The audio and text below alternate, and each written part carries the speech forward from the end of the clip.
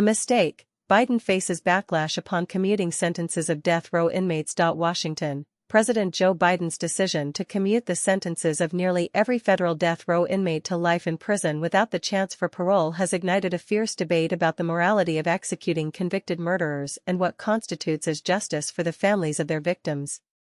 Biden faced backlash from a spokesman for President-elect Donald Trump, congressional Republicans, and a House Democrat who questioned whether the president was overstepping his bounds by usurping the work of courts and juries with his lame duck move on Monday morning to commute the sentences of 37 out of 40 death row prisoners. The Democratic president also faced criticism from some anti-death penalty activists who said he didn't go far enough, including a family member of one victim, who said Biden's commutation should have extended to the other 3 federal inmates facing the death penalty. I need the president to understand that when you put a killer on death row, you also put their victims' families in limbo with the false promise that we must wait until there is an execution before we can begin to heal, said the Reverend Sharon Risher, whose mother and 2 cousins were killed in 2015 at the Mother Emanuel Church in Charleston, South Carolina.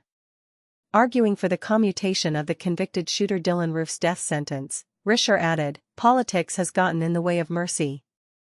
You can't rank victims, Mr. President."